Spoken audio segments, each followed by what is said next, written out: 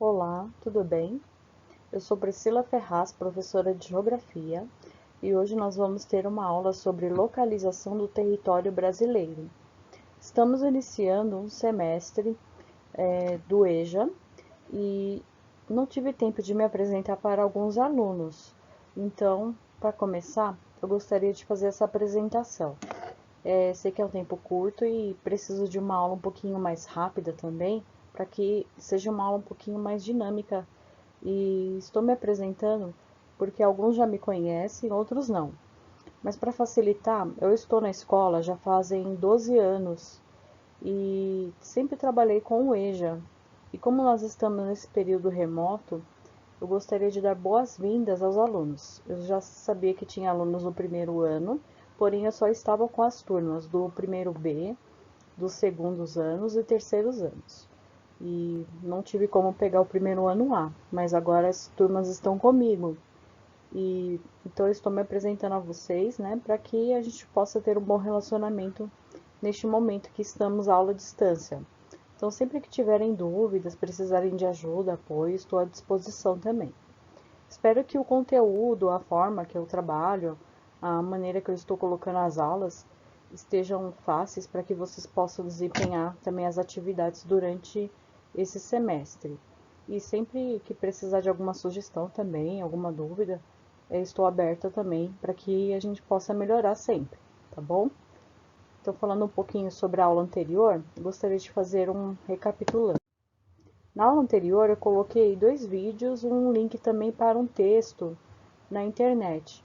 Eu falei um pouquinho sobre a chegada dos portugueses ao Brasil, né? Então, falando sobre esse primeiro momento de encontro com a chegada dos portugueses à América.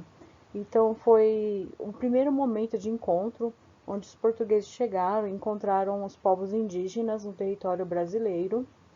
Depois nós tivemos os limites territoriais demarcados, onde tivemos o Tratado de Tordesilhas, dividindo o território da parte leste para os portugueses e a parte oeste para os espanhóis.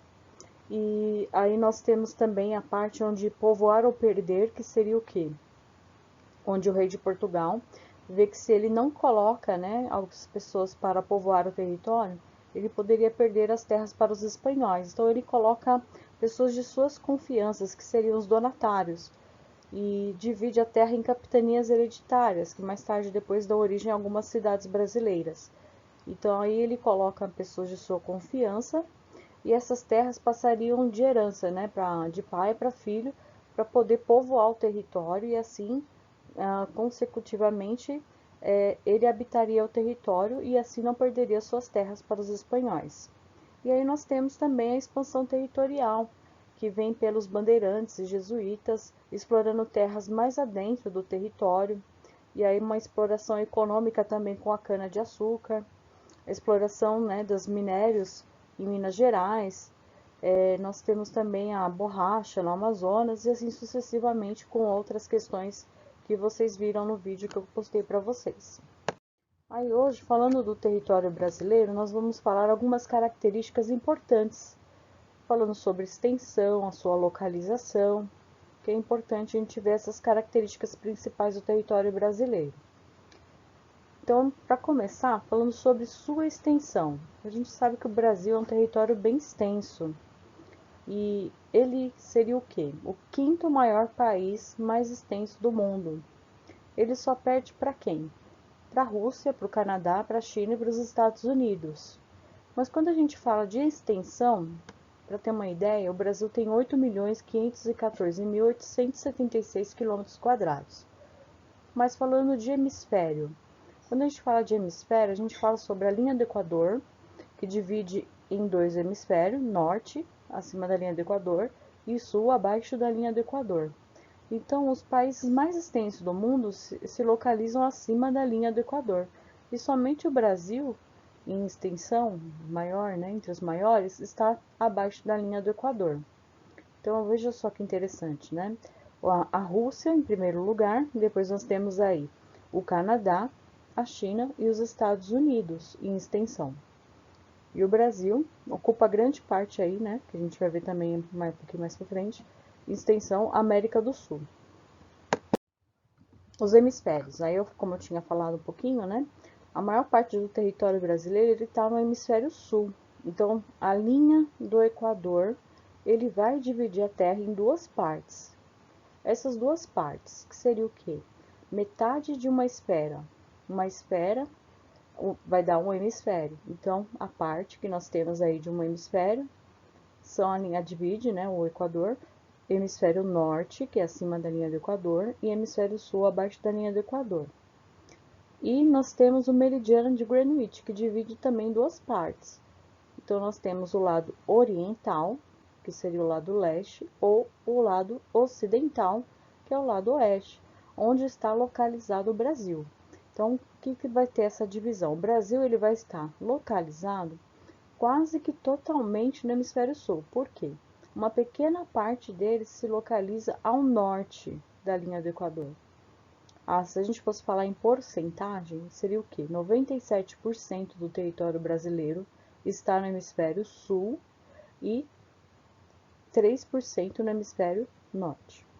Outra questão, né? O Brasil está totalmente localizado no hemisfério oeste ou ocidental, ou seja, a oeste do meridiano de Greenwich. Então aí nós temos aí a localização do Brasil em hemisférios. Em relação às zonas térmicas, o Brasil tem a sua maior extensão localizada na zona tropical, que está entre os trópicos de Câncer e Capricórnio. E aí nós temos a questão do Brasil, né, ter a sua influência do clima tropical. Então, a grande parte do território brasileiro está localizada no clima tropical, porque ele recebe a maior parte da radiação solar direta. Uma pequena porção do território que está situada abaixo, né, no caso do Trópico de Capricórnio. E aí nós temos as temperaturas mais baixas que é apresentado no clima tropical. Que seria o quê? Santa Catarina, Rio Grande do Sul, Paraná. Agora, as demais partes do Brasil têm o clima com influência da zona tropical. A ilustração no mapa, né? Dá para ver aí o quadradinho em verde, mostrando exatamente a localização do Brasil na zona em que se encontra. O Brasil e os continentes, né? Como eu também falei, ele considerando a sua distribuição em terras emersas, que seriam as terras emersas? As terras que estão acima dos oceanos, né? Então, o continente, o Brasil está localizado no grupo de continentes da América.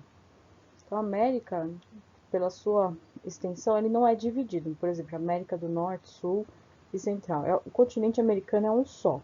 Mas aí nós temos a subdivisão, que é a América do Norte, América Central e América do Sul. Além de ter uma extensa costa também, banhada, né, pelo Oceano Atlântico, o Brasil também tem uma grande extensão de fronteira terrestre. Ele se limita com quase todos os países da América do Sul. Somente dois países que não fazem fronteira com o Brasil, que seria o Chile, que está bem na costa do Oceano Pacífico, e o Equador também. Somente esses dois países não têm delimitação com o território brasileiro. Então, o Brasil ocupa grande área da América do Sul. Ele não faz fronteira apenas com o Chile e o Equador. Ele tem uma grande extensa fronteira com o Oceano Atlântico e uma fronteira terrestre também bem extensa.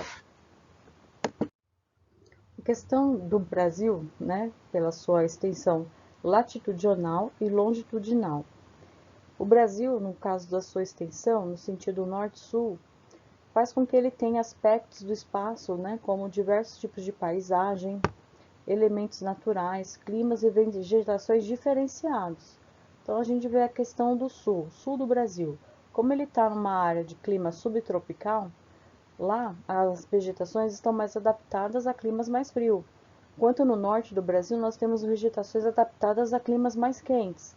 Então, essa diversidade faz com que o Brasil tenha paisagens diferentes. O Brasil é um país grande, né, com diferentes paisagens, vegetações diferentes. A outra questão também do Brasil em relação ao longitudinal faz com que o Brasil seja abrangido por 4 fusos horários. Então, nós temos um fuso horário na parte costeira do oceano e mais 3 fusos horários na parte continental. Aí eu coloquei também os pontos extremos do Brasil, que seriam os pontos mais esticados do território. No norte, nós temos a nascente do rio Ailã, em Roraima. No sul, Arroio Chuí, no Rio Grande do Sul. No oeste, nós temos a nascente do rio Moá, no Acre. E no leste, nós temos a Ponta de Seixas, no Paraíba. Então, seriam os pontos mais extremos no sentido norte-sul e no sentido oeste-leste do território brasileiro, tá bom? Bom, quero agradecer pela sua participação. Eu vou deixar as atividades na parte das atividades do Cleson. Se vocês tiverem alguma dúvida, entre em contato. Estarei à disposição para esclarecer qualquer dúvida, tanto da aula como também das atividades que eu deixarei para vocês. Uma boa semana, fiquem com Deus, se cuidem e se precisar estou aqui, tá bom? Um beijo a todos.